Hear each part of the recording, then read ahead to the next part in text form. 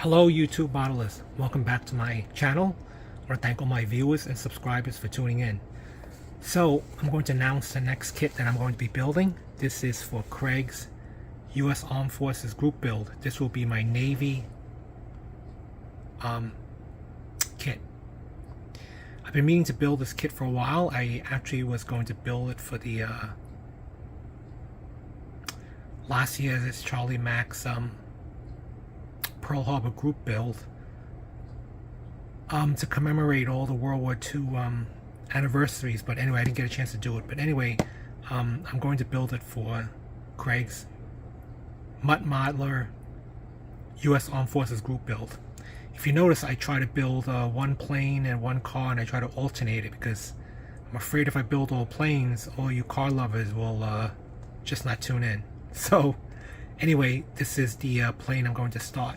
I think this was a monogram. I think this used to be a monogram kit. I've always wanted this one, but I guess now they changed it to Revell. I don't know. Anyway, let's take a look at the box. The pilots. Completed plane. Some specs on it.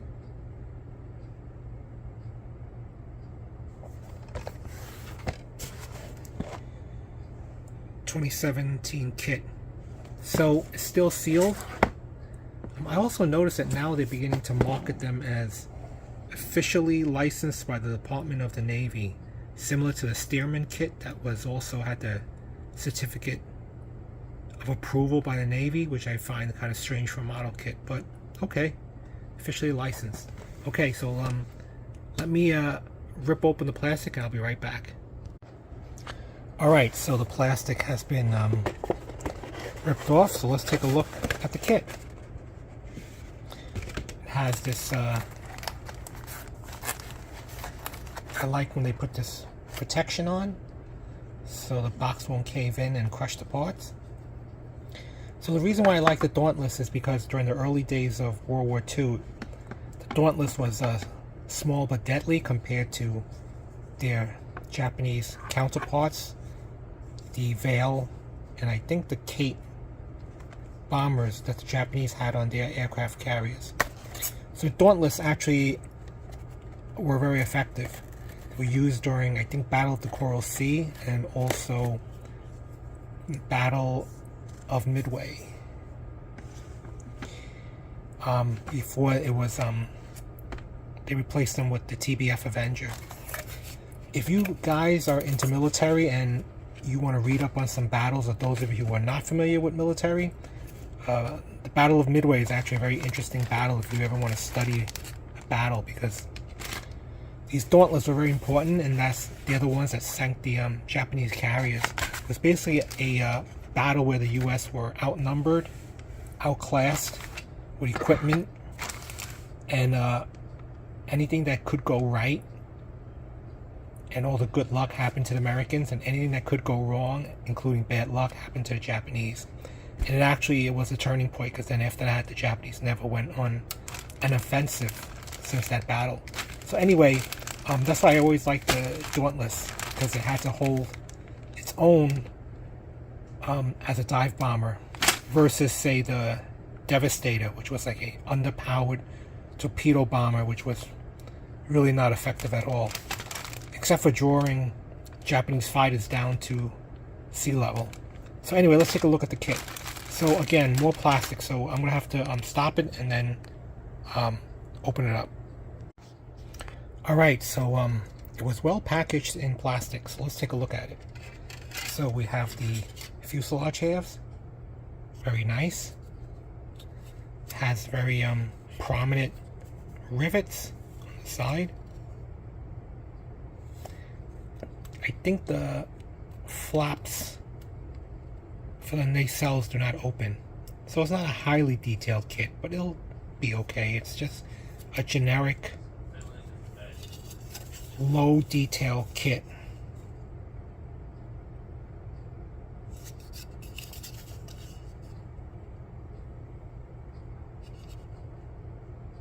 Okay, these look like the steps to stick your feet in to climb into the cockpit. Here's the other half, same thing. Nice rivet detail. But of course,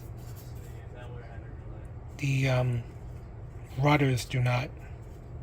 I wish the rudder came in separate pieces, or if they were workable, but I guess not. Okay, so not the highest detail, but you get the idea.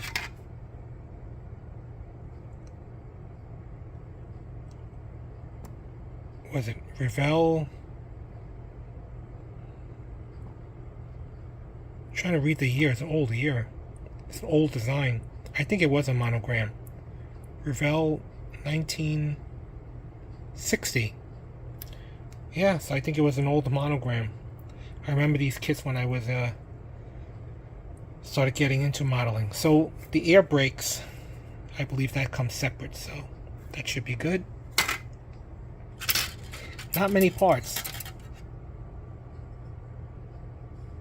These are like the flaps or the air brakes, the wing halves, the front of the nacelle. The engine is not even separate. It's all molded into the nacelle. So I'm gonna have to do some wonders with the. You can see how old the mold is. Look at that. A little bit of flash. Gotta file that down. But at least they do include pilots wearing his goggles, parachute. That's the crewman in the back, the tail gunner, or one of them is a tail gunner, one of them is a pilot. Includes the landing officer who helps him land by telling him if he's not straight. And this looks like a crew maintenance guy who's checking underneath. The crew maintenance guy looks very two-dimensional because he looks very flat. He looks like he's been flattened like a pancake. Either that or he's so skinny, anorexic. But okay, so not too many pieces. The clear canopy glass. Points to paint the frames. The propeller. Very simple kit.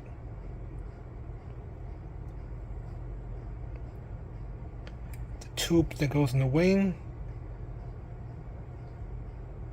Landing gear, bomb fins, tail hook, prop. The base for one of the figures. That looks like the tub for the seating area. Just a couple of squares and circles, not really well detailed, but it'll do. Those little baby bombs. Alright, so not too many pieces. Let's take a look at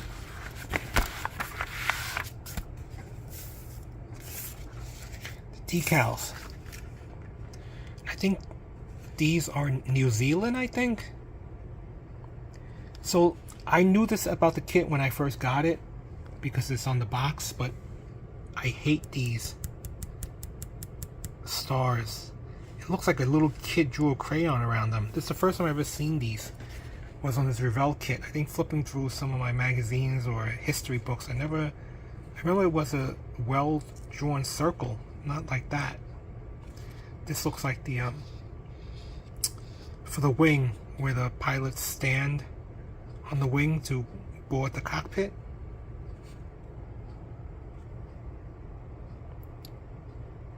Oh, that's the instrument detail for the instrument panel.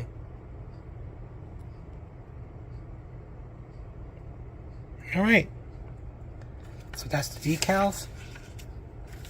Let's take a look at instructions.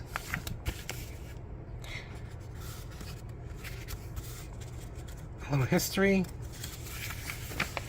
The colors. The parts.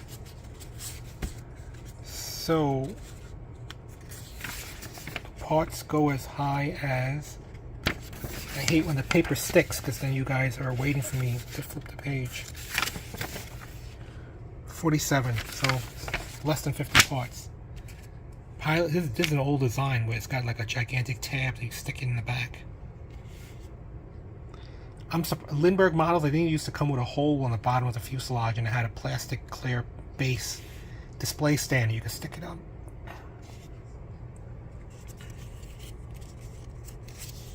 The rare machine gun, I think it was a 30 cal. I think this plane had two 50 cals on the behind the propeller.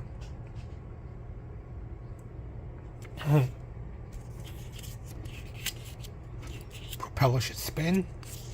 Don't glue it. It's fairly simple. I think I have all the paint. The bottom should be light gray and the top is like a medium gray or blue. Optional positions, the bombs, the dive bomb rack to help the bomb clear when it releases the bomb so it doesn't hit the propeller. It's on a rig that swings out, swing on. Oh, it comes with a cart while it's on the flight deck.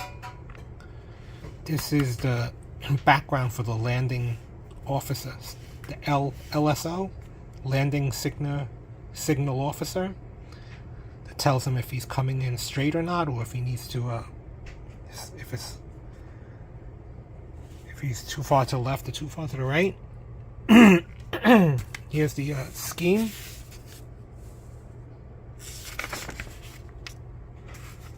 Yep, it's New Zealand. Okay, so one change, because I really hate these stars with the crayon circles. I bought this one from Yellow Wings Decals. They had them for the Dauntless. So I have 4 insignias that I like from the US Armed Forces on the planes.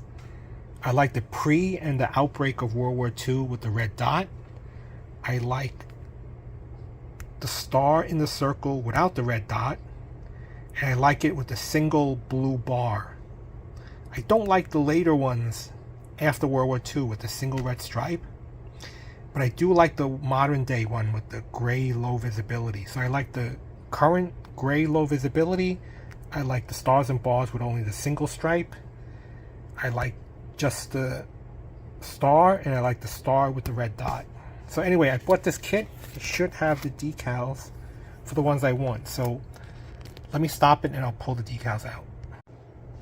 Okay, so here is the history on the decals. And then these are the 2 sets of decals.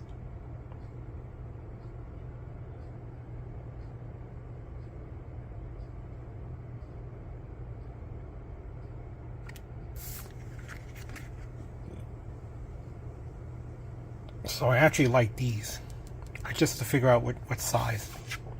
Okay, so that's it. So I will not be using the kit ones that look like a kid drew a crayon. So this will be up next. I'll probably just clean it. Doesn't look like that many parts, so it should be easy. But this has been a dive bomb I've been wanting to build ever since I was like a teenager. I just never bought the monogram kit. But I think this is the same one. I think I do have the flat red to paint the inside of the air brakes. You know, the usual. I think I have all the colors. So that's pretty much it.